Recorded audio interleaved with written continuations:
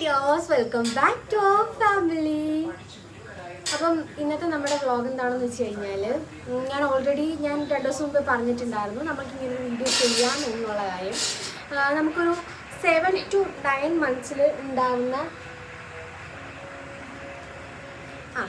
നമുക്ക് പ്രഗ്നൻസി ടൈമിൽ ഒരു 7 മാസം മുതൽ 9 മാസം വരെ നമുക്കുണ്ടാകുന്ന ബുദ്ധിമുട്ടുകൾ അല്ലെങ്കിൽ നമ്മുടെ ശരീരത്തിൽ ഉണ്ടാകുന്ന മാറ്റങ്ങൾ അതേ പറ്റിയിട്ടൊരു വീഡിയോ ചെയ്യാമെന്ന് ഞാൻ പറഞ്ഞിട്ടുണ്ടായിരുന്നു. പറയാനുള്ള റീസൺ എന്ന് വെച്ച് കഴിഞ്ഞാൽ കഴിഞ്ഞ ദിവസം ഞാൻ പ്രഗ്നൻസി പെയിനിൻ്റെ, അതായത് എൻ്റെ ഫസ്റ്റ് ഡെലിവറിയുടെ ടൈമിൽ എനിക്കുണ്ടായ അനുഭവങ്ങൾ ഷെയർ ചെയ്തിട്ടുണ്ടായിരുന്നു. അപ്പോൾ അതിനകത്ത് ഇങ്ങനെ കമൻറ്റ് വന്നിട്ടുണ്ടായിരുന്നു, ചേച്ചി ഫേക്ക് പ്രഗ്നൻസി പെയിന് അതുപോലെ തന്നെ ഇടയ്ക്കിടയ്ക്കുള്ള വയറുവേദന അതിൻ്റെയൊക്കെ ഒരു വീഡിയോ ചെയ്യാമോ എന്ന് ചോദിച്ചിട്ടുണ്ടായിരുന്നു. ഓൾറെഡി ഞാൻ ഈ സെയിം വീഡിയോ എൻ്റെ ഫസ്റ്റ് പ്രഗ്നൻസിയുടെ ടൈമിൽ ചെയ്തിട്ടുള്ള കാര്യമാണ്.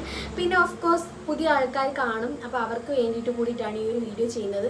നിങ്ങളുടെ ഇപ്പോൾ വീഡിയോ കണ്ടുകൊണ്ടിരിക്കുന്ന ചേച്ചിമാർ കാണും, അനിയത്തിമാർ കാണും, നിങ്ങൾ പ്രഗ്നൻസി കഴിഞ്ഞവരാണ് അല്ലെങ്കിൽ ഇപ്പോൾ പ്രഗ്നൻ്റ് ആണ്, ഡെലിവറി കഴിഞ്ഞവരാണ് എന്നുണ്ടെങ്കിൽ നിങ്ങളുടെ ആ ഒരു എക്സ്പീരിയൻസൂടെ ഷെയർ ചെയ്യുകയാണെന്നുണ്ടെങ്കിൽ എൻ്റെ പോലെ ആയിരിക്കില്ലല്ലോ എല്ലാവരുടെയും ശരീരപ്രകൃതി എന്ന് പറയുന്നത്. അപ്പോൾ നിങ്ങളുടേത് ബാക്കിയുള്ളവർക്ക് അറിയാൻ പറ്റും. അപ്പോൾ ഇങ്ങനെയൊക്കെ ആയിരിക്കും കാര്യങ്ങൾ, ഇന്നതൊക്കെ വരാതിരിക്കാം എന്നൊക്കെ ഉള്ള കാര്യങ്ങൾ അറിയാൻ പറ്റും. ബാക്കിയുള്ളവർക്ക് യൂസ്ഫുൾ ആവുന്നതാണെന്നുണ്ടെങ്കിൽ കമൻറ്റ് ചെയ്യാൻ മറക്കരുത്. അത് നിങ്ങളുടെ കമൻറ്റ് കാണുമ്പോൾ എനിക്കൊരു സന്തോഷമാണ് കേട്ടോ. കമൻറ്റ് കിട്ടുമെന്ന് പറഞ്ഞുകൊണ്ടിട്ട് നമുക്ക് പ്രത്യേകിച്ചൊന്നും കിട്ടാനില്ല, എന്നാൽ കൂടിയിട്ടും ഈ ഒരു കമ്മ്യൂണിക്കേഷൻ ഉണ്ടാവും. ലൈക്ക് കുറേ കാര്യങ്ങൾ ഇപ്പോൾ എനിക്കുള്ള അനുഭവങ്ങൾ എനിക്ക് നിങ്ങളോട് ഷെയർ ചെയ്യുന്നതാണെങ്കിൽ നിങ്ങളുടെ അനുഭവങ്ങൾ ഷെയർ ചെയ്യുകയാണെന്നുണ്ടെങ്കിൽ അതനുസരിച്ചിട്ട് ബാക്കിയുള്ളവർക്ക് ഒരു അറിവ് കിട്ടും. അതിന് വേണ്ടിയിട്ടാണ് കേട്ടോ. ആക്ച്വലി എൻ്റെ ഫസ്റ്റ് പ്രഗ്നൻസിയുടെ പോലെ അല്ല എൻ്റെ സെക്കൻഡ് പ്രഗ്നൻസി. ഒരു 7 to 9 months നോക്കുകയാണെന്നുണ്ടെങ്കിൽ എൻ്റെ ഫസ്റ്റ് പ്രഗ്നൻസിയുടെ ടൈമിൽ ഞാൻ ഭയങ്കര കൂളായിരുന്നു, സ്മൂത്തായിരുന്നു, എല്ലാത്തിനും ഓടിച്ചാടി നടക്കുമായിരുന്നു. ഇപ്പോഴും അതിനൊരു കുറവില്ല കേട്ടോ. എൻ്റെ മാത്രമല്ല, അന്ന് ഞാൻ എൻ്റെ മാത്രം കാര്യങ്ങൾ നോക്കി. ഇപ്പോൾ എൻ്റെ സെക്കൻഡ് പ്രഗ്നൻസി ആകുമ്പോൾ എൻ്റെ കുഞ്ഞിന് 1.5 വയസ്സാണ്. വീഡിയോ സ്ഥിരമായി കാണുന്നവർക്ക് അറിയായിരിക്കും, ബേബിക്ക് ഒരു 1.5 വയസ്സാണ്. അപ്പം ആ കുഞ്ഞു വാവേനെ വെച്ചിട്ട് ഞാൻ എൻ്റെ കാര്യങ്ങളും കുഞ്ഞിൻ്റെ കാര്യങ്ങളും ഒരുവിധം പെർഫെക്റ്റ് ആയിട്ട് ചെയ്യുന്നു എന്നൊന്നും ഞാൻ പറയുന്നില്ല, ഒരുവിധം നല്ല രീതിയിൽ സ്മൂത്തായിട്ട് ഹാൻഡിൽ ചെയ്ത് പോകുന്നുണ്ട്.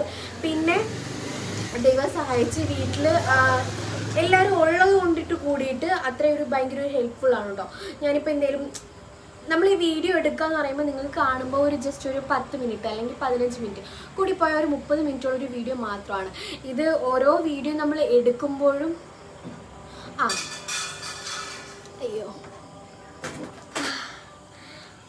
ഓരോ വീഡിയോ എടുക്കുന്നതും അത് എഡിറ്റ് ചെയ്യുന്നതും അതിനകത്ത് വോയിസ് ഓവർ കൊടുക്കുന്നതും അതിൻ്റേതായ ബുദ്ധിമുട്ട് കാര്യങ്ങളൊക്കെ ഉണ്ട്.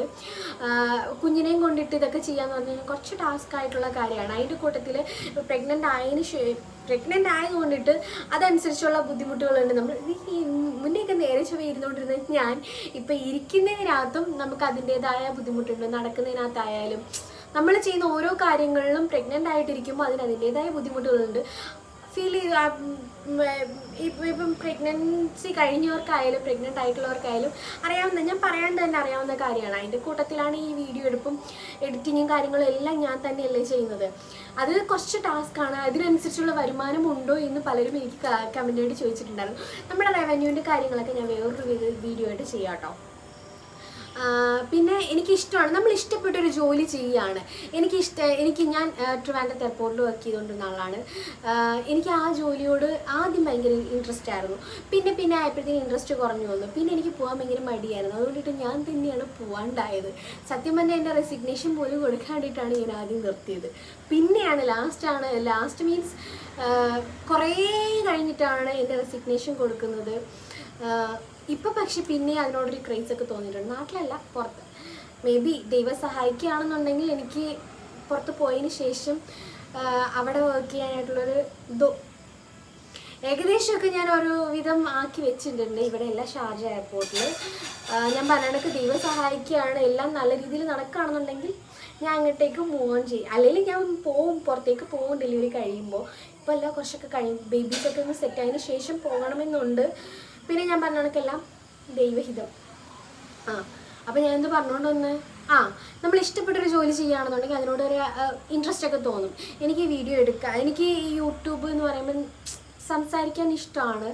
സോ അതുപോലെ തന്നെ എന്തോ എനിക്കിഷ്ടമാണ്, എനിക്ക് ഇഷ്ടപ്പെട്ട് ഞാൻ ചെയ്യുന്നൊരു കാര്യമാണ്, നമുക്ക് ചെയ്യാനായിട്ട് തോന്നും. യൂട്യൂബ് എടുത്തിട്ട് പകുതി വഴിക്ക് നിർത്തി പോയവരൊക്കെ ഉണ്ട്. നമ്മളെന്തിനാ അങ്ങടക്ക് പോകണമെന്നല്ലേ, അത് വേറെ എന്തെങ്കിലുമൊക്കെ ആവട്ടെ. പോട്ടെ പുല്ല്.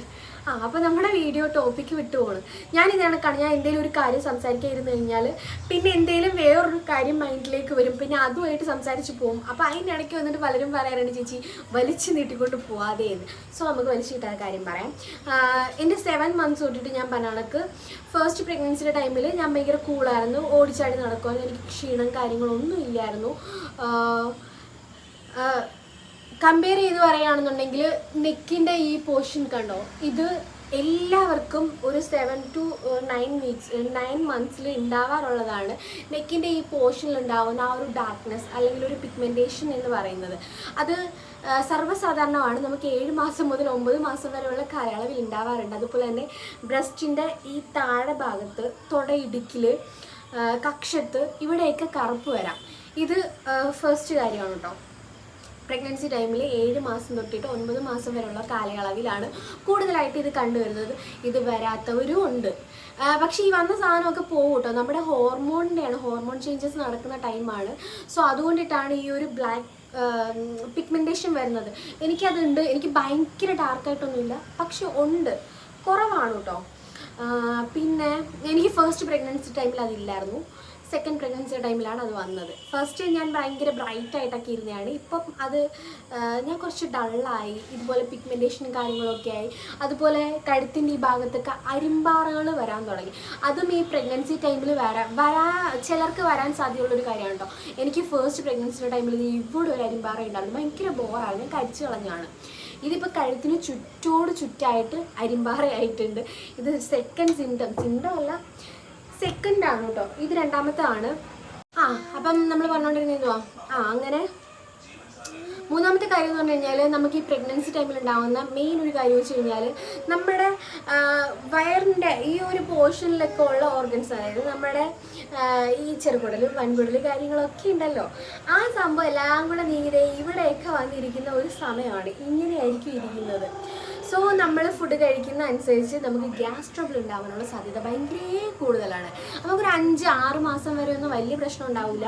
അതിനുശേഷം നമ്മുടെ യൂട്രസ് മുകളിലേക്ക് വരികയും കുഞ്ഞു വയറ്റിൻ്റെ ഈ ഭാഗത്തൊക്കെ ഇത് വളരെയൊക്കെ ചെയ്യുമ്പോൾ നമുക്ക് ഗ്യാസ് ട്രബിൾ ഉണ്ടാവും. എന്തൊക്കെ സോ അസിഡിറ്റി അത് മെയിൻ ഒരു കാര്യമാണ്. എനിക്ക് ഫസ്റ്റ് പ്രഗ്നൻസിയുടെ ടൈമിലും അതുണ്ടായിരുന്നു. ഈ ഒരു ഗ്യാസിൻ്റെ പ്രശ്നം. എന്തൊക്കെ ഇവിടെ മമ്മി ആരെയും കണ്ടില്ലല്ലോ. നമുക്ക് കുളിക്കണം. രാത്രി ഞാൻ കുളിപ്പിച്ചു കൊടുക്കാറുണ്ട് കേട്ടോ. എന്തോ കുഞ്ഞു ബേബി എന്തേ? കാശി കുഞ്ഞു ബേബി എന്തേ? കുഞ്ഞു ബേബി എന്തേ? കുഞ്ഞു ബേബി അച്ചുവാണോ? എന്താക്കളെ അവിടെ പട്ടിയുണ്ട്, അങ്ങോട്ട് പോകണ്ട. അപ്പൊ ഈ ആസിഡിറ്റി എന്ന് പറയുന്നത് ആരൊക്കെ അവിടെ? മമ്മി ആരെയും കണ്ടില്ലല്ലോ. ആരും ഇല്ല, കുഞ്ഞങ്ങോട്ട് ഇറങ്ങല്ലേ. ഓഹോ എന്നാക്കളെ പോട്ടെ, ചുമ്മാ കളിക്കാന്നേ. എന്ത് ഭാവേ വെളി പോണോ മോന്?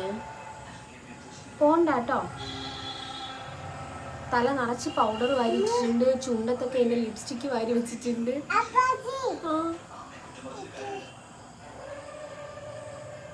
അയ്യോ. അപ്പം നമ്മുടെ കാര്യം നോക്കാം. സമയത്തില്ല. പൊമ്മോളമ്മേ ഇവനെ ഒന്ന് അങ്ങോട്ട് എടുക്കുവോ? കാശി വന്ന് നിന്നതാ. അപ്പം നമ്മൾ പറഞ്ഞുകൊണ്ടിരുന്ന മൂന്നാമത്തെ ഇതെന്ന് പറഞ്ഞു കഴിഞ്ഞാൽ ഈ ഞാൻ പറഞ്ഞ കണക്ക് നമ്മുടെ ഈ ഓർഗൻസ് കാര്യങ്ങളെല്ലാം മുകളിലേക്ക് വന്നിരിക്കുന്ന ടൈമാണ്. അപ്പോൾ കഴിക്കുന്ന ഫുഡ് ദഹിക്കാനുള്ള ബുദ്ധിമുട്ട് കാര്യങ്ങളൊക്കെ ഉണ്ടാവും. പിന്നെ നമ്മൾ 6 മാസം വരെ വലിയ പ്രശ്നമൊന്നും ഉണ്ടാവില്ല. ഈ 7 തൊട്ടിട്ട് 9 വരെയുള്ള ഈ സമയത്ത് നമ്മുടെ ഈ യൂട്രസ് മുകളിലേക്ക് വലുതാവുകയും അതിനുള്ളിലുള്ള കുഞ്ഞു മുകളിലേക്ക് വരികയും ചെയ്യുന്ന ടൈമിലാണ് നമ്മുടെ ഈ ചെറുകുടലും കാര്യങ്ങളും ഒക്കെ മുകളിൽ വരുന്നത്. സ്വാഭാവികമാണ്, ഒരുവിധം എല്ലാവർക്കും ഉണ്ടാവാറുള്ളതാണ് ഈ അസിഡിറ്റി എന്ന് പറയുന്നത്. എനിക്കെന്ന് പറഞ്ഞു കഴിഞ്ഞാൽ ഒരു 3-4 പ്രാവശ്യം ഭയങ്കരമായിട്ട് വയറുവേദനയായിട്ട് വന്നിട്ടുണ്ടായിരുന്നു കേട്ടോ. ഫസ്റ്റ് വയറുവേദന വരുന്നത് ഞാൻ ദുബായിലിരിക്കുന്ന സമയത്താണ്, 7-ാം മാസത്തിലെ സ്റ്റാർട്ടിങ് ടൈമിലാണ്. അന്ന് ഗ്യാസ് ആണ് എന്ന് എനിക്ക് സത്യത്തിൽ എനിക്ക് അറിയത്തില്ലായിരുന്നു. ഭയങ്കര വയറുവേദന എന്ന് വെച്ചാൽ നമുക്ക് പ്രസവ വേദന എടുക്കുന്ന ആ ഒരു വേദന ഉണ്ടല്ലോ, ആ വേദന ഒരു ദിവസം ഫുള്ള് ഞാൻ ബെഡിൽ തന്നെ കിടക്കുമായിരുന്നു. അങ്ങനെയാണ് മാറിയത്. രാവിലെ തൊട്ട് വൈകിട്ട് വരെ ഒരു മാറ്റവും ഇല്ലായിരുന്നു. പിന്നെ നാട്ടിൽ വന്നതിന് ശേഷം ഒരു വട്ടം അങ്ങനെ വന്നു. അപ്പോൾ ഞാൻ ഡോക്ടറെ കണ്ടപ്പോൾ ഞാൻ പറയുന്നത് എനിക്ക് വയറുവേദനയുണ്ട്, പക്ഷേ പ്രസവ വേദന അല്ല എന്നെനിക്ക് കൺഫേം ആണ്, വേറെ എന്തോ ഉണ്ട് എന്നൊരു ഇതായിരുന്നു. അങ്ങനെ ഞാൻ ഡോക്ടറെ പോയി കണ്ടപ്പോൾ ഡോക്ടർ പറഞ്ഞു അസിഡിറ്റിയുടെ ആണ് എന്ന് പറഞ്ഞിട്ട് എനിക്ക് ടാബ്ലറ്റ് തന്നു. ആ ടാബ്ലറ്റിൻ്റെ പേര് ഞാൻ മറന്നുപോയി, ഇവിടെ ഇരിപ്പുണ്ട്. ഇടയ്ക്കിടയ്ക്ക് വരുമ്പോൾ എല്ലാം കഴിക്കാൻ പറഞ്ഞിട്ടുണ്ട്. ഇടയ്ക്കിടയ്ക്ക് എനിക്ക് വയറുവേദന സ്റ്റാർട്ടിങ് ആവുന്ന ടൈമിൽ തന്നെ ഞാൻ അതെടുത്ത് കഴിക്കാറുണ്ടോ. വയറുവേദന മീൻസ് ഗ്യാസിൻ്റെ വയറുവേദന, അത് നമുക്ക് അറിയാൻ പറ്റും. ഈ മുകളിൽ നിന്ന് താഴത്തേക്ക് പോകണത് കേട്ടോ ആ വേദന. മറ്റേ നമ്മുടെ പ്രസവവേദന എന്ന് പറയുമ്പോൾ താഴത്തൂന്നായിരിക്കും ഈ വേദന വരുന്നത്. അത് നിങ്ങൾ ശ്രദ്ധിച്ചോളൂ കേട്ടോ. മുകളിൽ നിന്ന് താഴത്തേക്ക് പോകുന്നത് ഗ്യാസിൻ്റെ വേദനയായിരിക്കും. പലർക്കും അറിയാത്തൊരു കാര്യമാണ് ഇത്. പ്രസവവേദനയാണെന്ന് പറഞ്ഞിട്ട് ഹോസ്പിറ്റലിലേക്ക് പോകുന്ന ആൾക്കാരുണ്ട്. അതുകൊണ്ടിട്ടാണ് ഞാൻ പറഞ്ഞിരുന്നത്. ഞാൻ ഡോക്ടറോട് ചോദിച്ച് കൺഫേം ആക്കിയതാണ്, ഇതുകൊണ്ടിട്ടാണ് കേട്ടോ. ഈ മുകളിൽ നിന്ന് താഴത്തേക്ക് ആ പെയിൻ ഇറങ്ങി വരുന്നത് എനിക്കറിയാം. പ്രസവവേദന അതല്ല എന്നറിയാം, പക്ഷേ നല്ല ഒരു പെയിനാണ്, ഭയങ്കര പെയിനാണ്. അത് ചില സമയത്തേ ഉണ്ടാവുള്ളൂ, എപ്പോഴും ഒന്നും ഉണ്ടാവണമെന്നില്ല കേട്ടോ. ഇതാണ് 7-ാം മാസത്തിലെ 3ാമത്തായിട്ട് വന്നിട്ടുള്ള ആ ഒരു മാറ്റം, ചേഞ്ച് എന്ന് പറയുന്നത്. ചേഞ്ച് അല്ല, നമുക്കുണ്ടാവുന്ന ബുദ്ധിമുട്ട് എല്ലാം ഇതിനകത്ത് ഈ ഒരു വീഡിയോക്കകത്ത് എല്ലാം ഞാൻ പറയട്ടോ. നമുക്കുണ്ടാവുന്ന ചേഞ്ചുകളും ബുദ്ധിമുട്ടുകളും ഒക്കെ ഞാൻ ഇതിനകത്ത് ഷെയർ ചെയ്യാം. പിന്നെ നമുക്ക് ഇടയ്ക്കിടയ്ക്ക് കൺട്രാക്ഷൻ ഉണ്ടാവാം. കൺട്രാക്ഷൻ തന്നെയല്ലേ പറയുന്നത്, ആ ഒരു കറക്റ്റ് വേർഡ് എനിക്കറിയില്ല. സംഭവം എന്താണെന്ന് വെച്ച് കഴിഞ്ഞാൽ നമ്മുടെ വയറ് നന്നായിട്ട് ടൈറ്റൺ ആവും, മുറുകുന്നത് പോലെ ഫീൽ ചെയ്യും. അത് ഈ 7 മുതൽ 9 വരെയുള്ള സമയത്താണ് കേട്ടോ. ഇതിൻ്റെ വീഡിയോ ഞാൻ കറക്റ്റ് കാശി ബേബീനെ പ്രഗ്നൻ്റ് ആയിരിക്കുന്ന സമയത്ത് ചെയ്തതാണ്. അറിയാത്തവർക്ക് വേണ്ടിയിട്ട് അതെന്താണ് എന്നറിയാതെ ഭയങ്കരമായിട്ട് ടെൻഷനൊക്കെ അടിക്കുന്നവരുണ്ടാവും. അത് നല്ല മുറുകുന്ന ടൈമിൽ കുഞ്ഞിനെ നമുക്ക് തൊട്ടറിയാൻ പറ്റും. വയറ്റിൽ കൈ വെക്കുമ്പം ഇവിടെയൊക്കെ കയ്യോ കാലോ തലയോ ഒക്കെ ഇരിക്കുന്നതായിട്ട് നമുക്ക് ഫീൽ ചെയ്യാൻ പറ്റും കേട്ടോ. എനിക്ക് കൂടുതലും തലഭാഗം ഇവിടെ ആയിട്ട് ഈ ഒരു പോർഷനിലായിട്ടാണ് ഇപ്പം ഫീൽ ചെയ്യുന്നത്. കാലിൻ്റെ പോർഷൻ ഇവിടെ. കുറേ പേര് ചോദിച്ചു ചേച്ചിക്ക് ഏത് സൈഡിലാണ് മൂവ്മെൻറ്റ്സ് ഉള്ളത് എന്ന്. എനിക്ക് നല്ല മൂവ്മെൻറ്റ്സ് കിട്ടുന്നത് റൈറ്റ് സൈഡിലാണ് കേട്ടോ. അപ്പം ഈ വയറ് നല്ല രീതിയിൽ ടൈറ്റൻ ആവും, മുറുകുന്ന പോലെ ഒരു ഫീൽ ഉണ്ടാവും. ആ ഒരു ഫീൽ എന്ന് വെച്ചാൽ കുറച്ച് നേരത്തേക്ക് ഉണ്ടാവുള്ളൂ. ഒരു 5-10 മിനിറ്റ് നമ്മളിങ്ങനെ ഇരിക്കുകയാണെന്നുണ്ടെങ്കിൽ നല്ല രീതിയിൽ ഇങ്ങനെ മുറുകുന്ന കണക്ക് തോന്നും. അപ്പോൾ ഒന്ന് എണീക്കുകയോ അങ്ങോട്ടും ഇങ്ങോട്ടും ചരിഞ്ഞ് കിടക്കുകയോ എടുക്കുകയോ എന്തെങ്കിലും ചെയ്ത് കഴിഞ്ഞാൽ ആ മുറുകൽ ഫീല് പെട്ടെന്ന് മാറും കേട്ടോ. അത് എന്താണെന്ന് ചോദിച്ചു കഴിഞ്ഞാൽ അതെനിക്ക് പറഞ്ഞുതരാൻ അറിയത്തില്ല, പക്ഷെ അങ്ങനെ ഒരു സംഭവം ഉണ്ടാവും. അതെന്തുവാണ് എന്ന് ഡീറ്റെയിൽഡ് ആയിട്ട് പറഞ്ഞുതരാൻ അറിയത്തില്ല. പക്ഷേ ഇങ്ങനെ ഒരു മുറുകൽ സംഭവം വരും, ടൈറ്റാവും, നല്ല രീതിക്ക് ടൈറ്റ് ആവുന്നുണ്ടേ. ഇതാ കണ്ടോ, ബോള് പോലെ ഇരിക്കുന്നു. ടൈറ്റ് ആവുന്നുണ്ട് ഇവിടെ ഇങ്ങനെ തല കൊണ്ട് വെക്കുന്നതായിട്ട് നല്ല രീതിയിൽ എനിക്കിപ്പോൾ ഫീൽ ചെയ്യുന്നത് കൊണ്ടിട്ടാണ് ഞാനത് പറഞ്ഞത്. വേണ്ടി ഇവിടെ ഇങ്ങനെ നല്ല രീതിയിൽ മുറുകിയിരിക്കുന്നു, ടൈറ്റായിട്ടിരിക്കുക. ഇവിടെയാണ് തലയുടെ ഭാഗം ഉള്ളതുപോലെ എനിക്ക് ഫീൽ ചെയ്യുന്നത്. അപ്പം ഇത് നമ്മൾ ഇച്ചിരി അങ്ങോട്ടും ഇങ്ങോട്ടും അനങ്ങും എടുക്കുകയൊക്കെ ചെയ്യുമ്പോൾ നടക്കുകയൊക്കെ ചെയ്യുകയാണെന്നുണ്ടെങ്കിൽ അതങ്ങ് മാറും കേട്ടോ. പക്ഷേ ഈ മുറുകൽ ഈ സെയിം സാധനം തന്നെ പ്രസവത്തിന് ഡെലിവറിയുടെ ടൈമിൽ നമുക്ക് ഉണ്ടാവും. നല്ല രീതിയിൽ മുറുകിയിരിക്കുക, അത് മാറില്ല. അത് നമുക്ക് കുഞ്ഞ് താഴത്തേക്ക് വന്നതിന് ശേഷമേ മാറുള്ളൂ. എനിക്ക് അനുഭവം ഉണ്ടായിരുന്നു കേട്ടോ.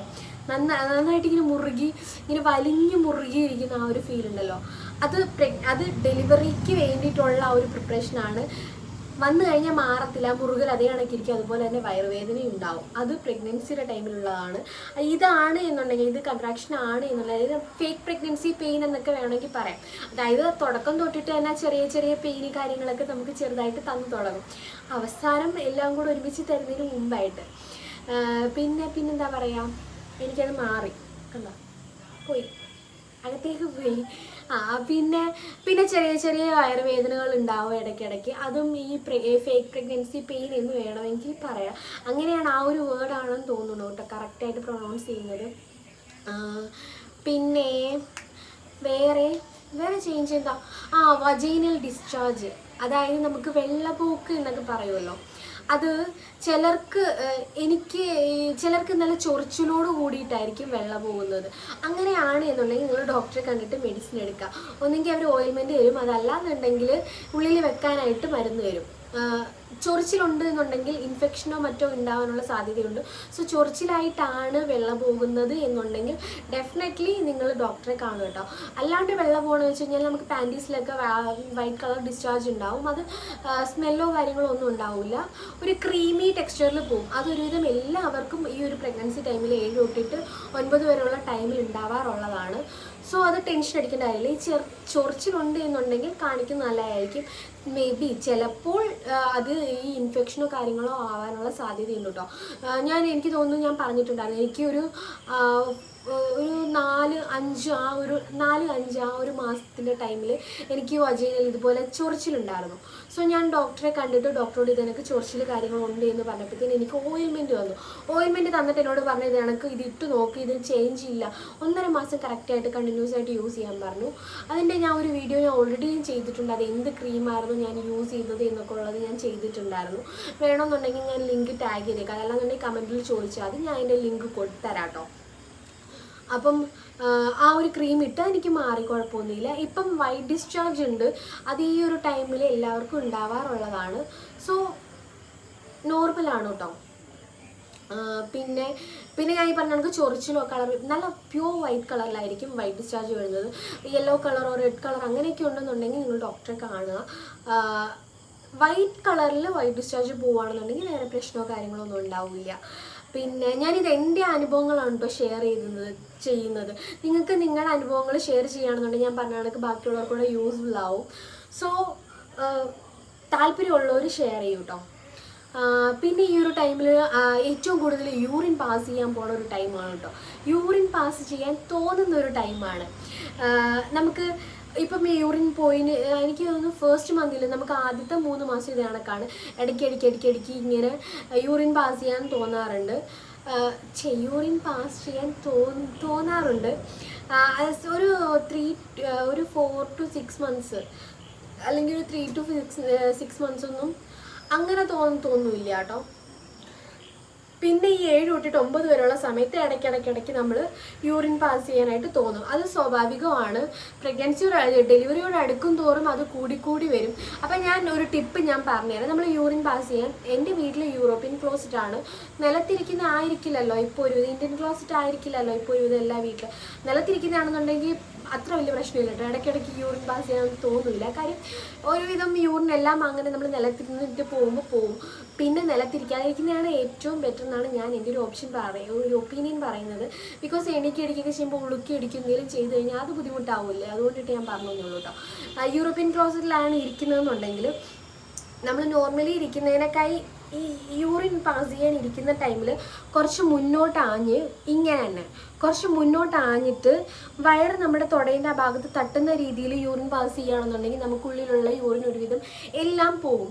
അങ്ങനെയാണ് എന്നുണ്ടെങ്കിൽ നമുക്ക് അടിക്കടിയുള്ള ഈ യൂറിൻ പാസ് പെട്ടെന്നുള്ള യൂറിൻ പാസ് ചെയ്യാൻ തോന്നുന്ന ഒരു തോന്നൽ പോകും കേട്ടോ.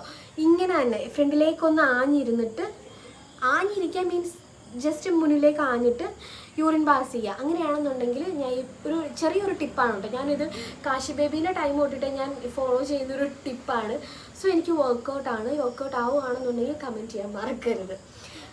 പിന്നെ വേറെ സിംറ്റം അല്ല, വേറെ എന്താ പറയുക, കാല് കോച്ചി പിടിക്കൽ, നമ്മുടെ കൈ കോച്ചി പിടിക്കൽ. അങ്ങനെ കോച്ചി പിടിക്കുക എന്ന് പറഞ്ഞു കഴിഞ്ഞാൽ എന്താ പറയുക, അതിന് ആ ഒരു വേർഡ് ഇവിടെയൊക്കെ കോച്ചി പിടിക്കുക എന്ന് തന്നെ പറയാം. ഒരു മസിൽ പിടിക്കുക എന്നൊക്കെ പറയത്തില്ലേ, ഭയങ്കര പെയിനോട് കൂടിയിട്ടുള്ളൊരു സംഭവമാണത്. എനിക്ക് സാധാരണ അതുണ്ടാവുന്നത് ഉറക്കം എണിക്കാറാവുന്ന സമയത്താണ് കേട്ടോ. കാലിൻ്റെ ഈ ഭാഗത്തായിട്ട് നമ്മുടെ കാലിൻ്റെ മുട്ടിന് താഴത്തുള്ള ആ മസിൽ ഉണ്ടല്ലോ, ആ ഭാഗം നല്ല രീതിയിൽ മുറുകി ഇങ്ങനെ ഇരിക്കും. ഭയങ്കര വേദനയാണ്, നമുക്ക് സഹിക്കാൻ പറ്റാത്ത വേദന. അയ്യോ എൻ്റെ കാല് പോകുമോ എന്ന് പോലും ചിന്തിച്ച് പോകുന്ന ടൈപ്പിലുള്ള വേദനയാണ് കേട്ടോ. അതും ഞാൻ ഈ പറഞ്ഞ കാര്യവും എല്ലാവർക്കും ഒരുപോലെ ആണോ എന്ന് എനിക്കറിയില്ല. ഞാൻ എൻ്റെ കാര്യം മാത്രമാണ് ഈ ഷെയർ ചെയ്ത് തരുന്നത്. ഭയങ്കര വേദനയാണ്, ഒരുവിധം എല്ലാവർക്കും ഉണ്ടാവാറുള്ള കാര്യമാണത്. നമുക്ക് ഈ ബ്ലഡ് സർക്കുലേഷൻ്റെ പ്രശ്നം കാര്യങ്ങളൊക്കെ വരുമല്ലോ, അതുകൊണ്ടിട്ടാണ് അത് വരുന്നത് എന്നാണ് പറയുന്നത്. സോ എല്ലാവർക്കും ഒരുവിധം എല്ലാ പ്രഗ്നൻ്റ് ആയ ലേഡീസിനും ഉണ്ടാവാറുള്ളതാണ് ആ ഒരു പെയിൻ. അതുണ്ടാകുമ്പോൾ ഞാൻ സാധാരണ ചെയ്യുന്നത് വെച്ച് കഴിഞ്ഞാൽ കാല് പതുക്കെ അനക്കി കൊടുത്ത് മുകളിലേക്ക് വെച്ചിട്ട് ഇടിച്ചു കൊടുക്കും. നല്ല രീതിക്ക് നന്നായിട്ട് ഇടിക്കും. അതല്ലാന്നുണ്ടെങ്കിൽ കൈ വെച്ച് തന്നെ സ്വന്തമായിട്ട് മസാജ് ചെയ്യും. ആരെങ്കിലും ഉണ്ട് എന്നുണ്ടെങ്കിൽ അവരെ കൊണ്ട് നന്നായിട്ട് കാലിൻ്റെ ആ ഭാഗം, കാലിലായിരിക്കും വരുന്നത് കൂടുതലും, കയ്യിലൊന്നും അങ്ങനെ വരാൻ സാധ്യതയില്ല. അങ്ങനെ വരികയാണെന്നുണ്ടെങ്കിൽ കാലിൻ്റെ ആ ഭാഗത്ത് നല്ല രീതിയിൽ ഇടിച്ചു കൊടുക്കുക. അതല്ലാന്നുണ്ടെങ്കിൽ തിരുമ്പി കൊടുക്കുക, മസാജ് ചെയ്ത് കൊടുക്കുക, നല്ല രീതിയിൽ മസാജ് ചെയ്ത് കൊടുക്കുക. അത് പെട്ടെന്ന് മാറും കേട്ടോ. ഇതും ഒരു ടിപ്പാണ്. അത് നോർമലി പ്രഗ്നൻസി അല്ലാത്ത ടൈമിൽ കൊച്ചി പിടിച്ചാലും ഇതാണൊക്കെ ചെയ്താൽ മതി, മാറും. പിന്നെ കാലിൻ്റെ വിരളൊക്കെ ഇങ്ങനെ മടങ്ങിയൊക്കെ ഇരിക്കും, അതൊക്കെ വേദനയൊക്കെ എടുക്കുന്ന ഒരു ഇതാണ് കേട്ടോ. കാശിയ. പിന്നെ വേറെന്താ സ്ട്രെച്ച് മാർക്ക്. അതൊരുവിധം എല്ലാവർക്കും ഉണ്ടാവാറുള്ളതാണ്, ചിലർക്ക് ഉണ്ടാവില്ല. ഉണ്ടാവാതിരിക്കണം എന്നുണ്ടെങ്കിൽ ഉള്ളൊരു ടിപ്പ്, പ്രഗ്നൻ്റ് ആയി ഒരു 3 മാസം തൊട്ടിട്ട് നമ്മൾ മോയ്സ്ചറൈസേഴ്സും അതുപോലെ സ്ട്രെച്ച് മാർക്ക് വരാണ്ടിരിക്കാനുള്ള ക്രീമുകൾ കാര്യങ്ങളൊക്കെ ഇട്ട് കൊടുക്കുക. എനിക്ക് നല്ല രീതിയിൽ സ്ട്രെച്ച് മാർക്ക് ഉണ്ട്. ഇപ്പോൾ ഒരുപാട് ട്രീറ്റ്മെൻറ്റുകളൊക്കെ ഉണ്ടല്ലോ സ്ട്രെച്ച് മാർക്ക് വന്നു കഴിഞ്ഞാൽ മാറാൻ വേണ്ടി. പക്ഷെ എനിക്കിഷ്ടമാണ് കേട്ടോ സ്ട്രെച്ച് മാർക്ക് ഉള്ളത്. ഞാനൊരു അമ്മയായി, സോ എനിക്കതിഷ്ടമാണ്. എന്നെ സംബന്ധിച്ചിടത്തോളം എനിക്കത് ഓക്കെയാണ്. കാശിയുടെ സമയം തൊട്ടിട്ട് എനിക്ക് സ്ട്രെച്ച് മാർക്ക് ഉണ്ട്. ഇപ്പോൾ എനിക്കത് ഒരുപാട് കൂടുതലായി, മുന്നത്തേനേക്കാളും വയറുണ്ട്, അതുകൊണ്ടിട്ടായിരിക്കാം. പിന്നെ വേറെന്താ, നമുക്ക് പ്രഗ്നൻസിയോടെ എടുക്കുന്ന ടൈമിൽ വയറ് താഴേക്കാവും കേട്ടോ. ഇത്രയും ഇങ്ങനെ ഇരിക്കുന്നത് കുറച്ചും കൂടെ താഴേക്ക് പോകും. ഇനി എനിക്ക് കൈ വെക്കുമ്പോൾ ഇവിടെ വെച്ചിട്ട് വെക്കേണ്ടി വരും. അങ്ങനെ വരാം. നമുക്ക് കാലിൻ്റെ ഈ തുടയുടെ ഭാഗത്തൊക്കെ വയറ് നല്ല രീതിയിൽ തട്ടിയിരിക്കുന്നതൊക്കെ നമുക്ക് ഫീൽ ചെയ്യാൻ പറ്റും. ടോയ്ലറ്റിലേക്ക് ഇരിക്കുന്ന ടൈമിൽ നമ്മുടെ വയറ് കാലിൽ തട്ടിയിരിക്കുന്ന കണക്കൊക്കെ ഫീൽ ചെയ്യും പ്രഗ്നൻസിയോട് അടുക്കുന്ന ടൈമിൽ. പിന്നെ ചിലർക്ക് കാലിൽ നീര് വരാം. അത് എനിക്ക് കാശിയുടെ സമയത്തും ഇല്ലായിരുന്നു, ഈ സമയത്തും ഇല്ല.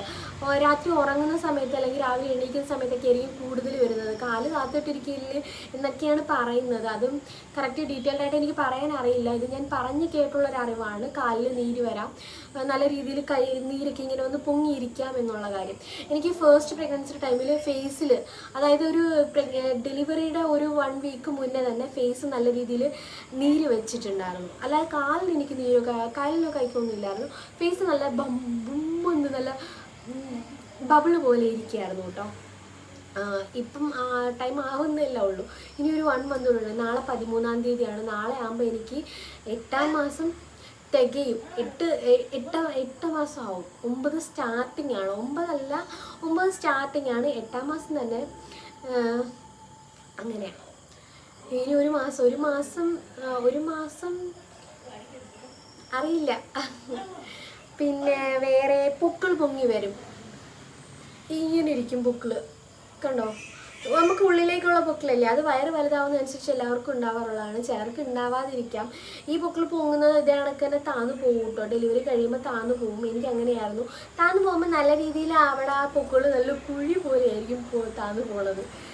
കാശിയുടെ സമയത്ത് അങ്ങനെയായിരുന്നു. ഇപ്പം കാശിയുടെ സമയത്തെന്ന് വെച്ച് കഴിഞ്ഞാൽ എനിക്ക് 5, 6 ആ ഒരു ടൈമിലാണ് വയറ് വലുതായി തുടങ്ങിയത്. ആ ഒരു സമയത്താണ് പൊക്കിൾ പൊങ്ങി വന്നിട്ടുണ്ടായിരുന്നത്. ഇപ്പോഴത്തെ പ്രഗ്നൻസി നോക്കുകയാണെന്നുണ്ടെങ്കിൽ എനിക്കൊരു 3-4 മാസമൊക്കെ ആയപ്പോഴത്തേന് പൊക്കിൾ പൊങ്ങി വന്നു. കാര്യം അന്ന് തൊട്ടിട്ട് വയറുണ്ട്. ആദ്യത്തെ പ്രഗ്നൻസിയുടെ വയറ് 2ാമത്തെ പ്രഗ്നൻസിയുടെയും കൂടെ ചേർന്നിട്ടുള്ള വയറായിരുന്നു. സോ അങ്ങനെ ഉണ്ടായിരുന്നു. പിന്നെ വേറെ സിംറ്റം എന്താണ്, വേറെ എന്താ പറഞ്ഞു തരാനുള്ളത്? ഇത്രയൊക്കെ തന്നെയാണ്. ഒരുവിധം എല്ലാവർക്കും ഉള്ള കോമൺ ആയിട്ടുള്ള കാര്യങ്ങളാണ് ഞാൻ ഇപ്പോൾ ഷെയർ ചെയ്തിട്ടുള്ളത്. ഇങ്ങനെയാണോ എല്ലാവർക്കും എന്ന് ചോദിച്ചു കഴിഞ്ഞാൽ ഇതിനകത്ത് പലതും പലർക്കും വരാം, പലർക്കും വരാണ്ടിരിക്കാം. പിന്നെ വേറെ ക്രേവിങ്സ്, ഫുഡിനോടുള്ള ക്രേവിങ്സ്, അത് പലർക്കും പല രീതിയിലാണ്. ചിലർക്ക് മധുരം കഴിക്കാൻ തോന്നും, ചിലർക്ക് ഉപ്പും പുളിയൊക്കെ കഴിക്കാൻ തോന്നും. അത് പല രീതിയിലാണ് കേട്ടോ ഉണ്ടാവുന്നത്. അത് ആദ്യം തൊട്ടിട്ടേ ഉള്ള രീതി തന്നെയായിരുന്നു. നമുക്ക് ആദ്യമൊന്നും ഫുഡ് കഴിക്കാൻ തോന്നില്ല. ചിലർക്ക് ഛർദിൽ കാര്യങ്ങളൊക്കെ ആയിരിക്കും. ഈ ഒരു 7-8 മാസം, നമുക്ക് 5-6 ആകുമ്പോഴത്തേന് ആദ്യത്തെ ഛർദിലൊക്കെ ചിലർക്ക് മാറിയിരിക്കുന്നത് 7-8-9 സമയമാകുമ്പോഴത്തേന് വരുമെന്ന് ഞാൻ കേട്ടിട്ടുണ്ട്. എനിക്ക് ഫസ്റ്റ് പ്രഗ്നൻസിയുടെ ടൈമിലായാലും സെക്കൻഡ് പ്രഗ്നൻസിയുടെ ടൈമിലായാലും ഛർദിലില്ല. അതുകൊണ്ട് എനിക്ക് അറിയത്തില്ല അതേപ്പറ്റി കൂടുതൽ പറഞ്ഞു തരാൻ വേണ്ടിയിട്ട്. പിന്നെ ചിലർക്ക് ഈ ഒരു ടൈമിൽ നല്ല രീതിക്ക് മുടി വളരും കേട്ടോ. നല്ല രീതിയിൽ മുടി വരും. ചിലർക്ക് നല്ല രീതിയിൽ മുടി കൊഴിഞ്ഞു പോകും. എനിക്ക് കാശിയുടെ സമയത്ത് കയ്യിലെ നഖം നല്ല രീതിയിൽ നന്നായിട്ട് വളരുമായിരുന്നു. എൻ്റെ കയ്യിലെ നഖം തീരെ കട്ടിയില്ലാത്ത നഖമാണ് പൊതുവെ.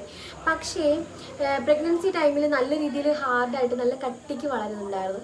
ഇപ്പോൾ വെച്ച് കഴിഞ്ഞാൽ പൊളിഞ്ഞു പോവുകയാണ്, കട്ടിയില്ല, തീരെ കട്ടിയില്ലാണ്ട് പൊളിഞ്ഞു പൊയ്ക്കൊണ്ടിരിക്കുന്ന ഒരിതാണ് കേട്ടോ ഇത്.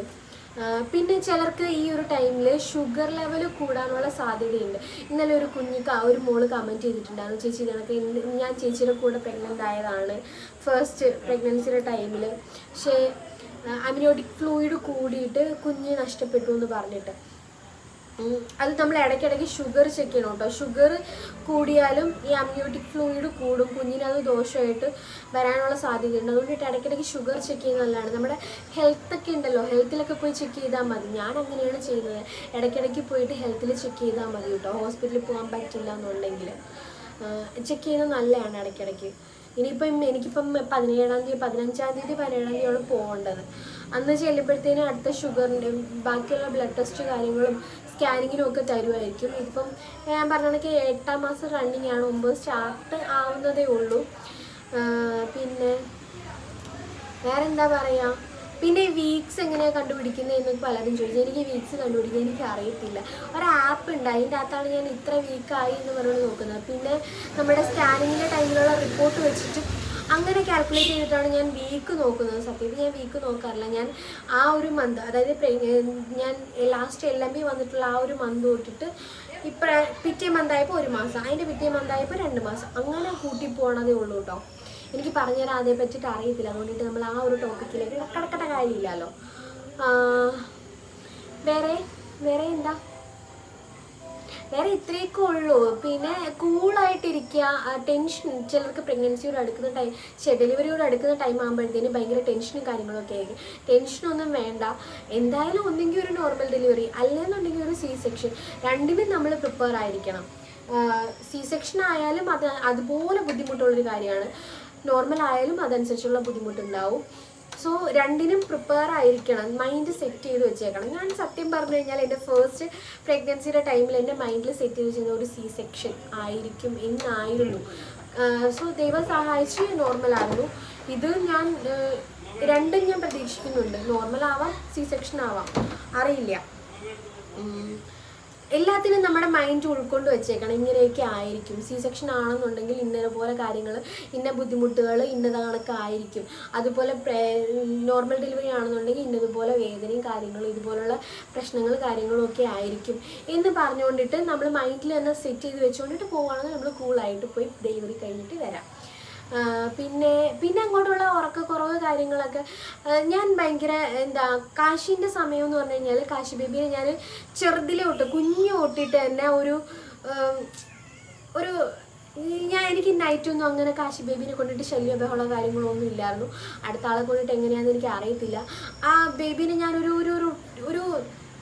പാമ്പർ ചെയ്ത് വെച്ചേക്കുക, അങ്ങനെ അല്ലെങ്കിൽ എടുത്തുകൊണ്ട് നടക്കുക, അങ്ങനെയൊന്നും അല്ലായിരുന്നു കേട്ടോ ചെയ്തിട്ടുള്ളത്. കുഞ്ഞ് ബെഡിൽ തന്നെ കിടന്നുറങ്ങുമായിരുന്നു. കരഞ്ഞാലും ഞാൻ കയ്യിൽ വെച്ചുകൊണ്ടിരിക്കത്തുള്ളൂ. എനിക്ക് എണീറ്റ് നടക്കാനുള്ള മടി കൊണ്ടിട്ട്. എനിക്കറിയാം എടുത്തുകൊണ്ട് നടന്നു കഴിഞ്ഞാൽ പിന്നെ ഇതൊരു ശീലമായി പോവും. നമ്മൾ പ്രഗ്നൻസി കഴിയില്ല, ഡെലിവറി കഴിഞ്ഞിട്ടുള്ളത് പിന്നെ പറയാം. ട്രെയിനിങ് ഒക്കെ വേണമെന്നുണ്ടെങ്കിൽ ഞാനത് പറഞ്ഞുതരാം കേട്ടോ, എങ്ങനെയാണ് കുഞ്ഞിനെ ഹാൻഡിൽ ചെയ്തിട്ടുള്ളത് എന്ന്. അതുകൊണ്ടിട്ടാണ് ഇപ്പോഴും ഞാൻ കംഫർട്ടായിട്ടിരിക്കുന്നത് കാശിൻ്റെ കാര്യത്തിൽ. ഈ ബേബീൻ്റെ കാര്യം എനിക്ക് അറിയത്തില്ല. ഞാൻ ഇടയ്ക്കിടയ്ക്ക് ഞാൻ പറയാറുണ്ട്, കാശിയുടെ കണക്കേ അല്ല, എന്നെ നല്ല രീതിയിൽ ശല്യം ചെയ്യുന്നുണ്ട്, നല്ല രീതിയിൽ എന്നെ തളർത്തി കളയുന്നുണ്ട്. ചില സമയത്തൊക്കെ ഞാൻ ഒറ്റ കിടപ്പാണ്. ഇടയ്ക്കിടയ്ക്ക് ബാക്ക് പെയിൻ ഉണ്ടാവും കേട്ടോ. വയറ് വലുതാവുന്നതനുസരിച്ച് നമുക്ക് ബാക്ക് പെയിൻ ഉണ്ടാകാനുള്ള സാധ്യത ഭയങ്കര കൂടുതലാണ്. പിന്നെ വേറെന്താ, ഇത്രയൊക്കെ ഉള്ളൂ. മെയിനായിട്ടുള്ള കുറച്ച് കാര്യങ്ങളൊക്കെയാണ് ഞാൻ പറഞ്ഞു തന്നിട്ടുള്ളത്. യൂസ്ഫുൾ ആയിട്ടുണ്ടാവും എന്ന് വിചാരിക്കുന്നു. അപ്പോൾ വീഡിയോ ഇഷ്ടമായാൽ ലൈക്ക് ചെയ്യുക, ഷെയർ ചെയ്യുക, കമൻറ്റ് ചെയ്യാൻ മറക്കരുത് കേട്ടോ. നിങ്ങളിപ്പോൾ പ്രഗ്നൻസിയിലേക്ക് റൺ ചെയ്തുകൊണ്ടിരിക്കുന്ന ആൾക്കാരാണെങ്കിലും പ്രഗ്നൻസി കഴിഞ്ഞവരായാലും നിങ്ങളുടെ അനുഭവങ്ങൾ ഷെയർ ചെയ്യുകയാണെന്നുണ്ടെങ്കിൽ ബാക്കിയുള്ളവർക്ക് യൂസ്ഫുൾ ആവും. അപ്പോൾ വീഡിയോ ഇഷ്ടമായാൽ ലൈക്ക് ചെയ്യുക, ഷെയർ ചെയ്യുക, സബ്സ്ക്രൈബ് ചെയ്യുക. Thank you for watching. Love you all. Bye. Take care.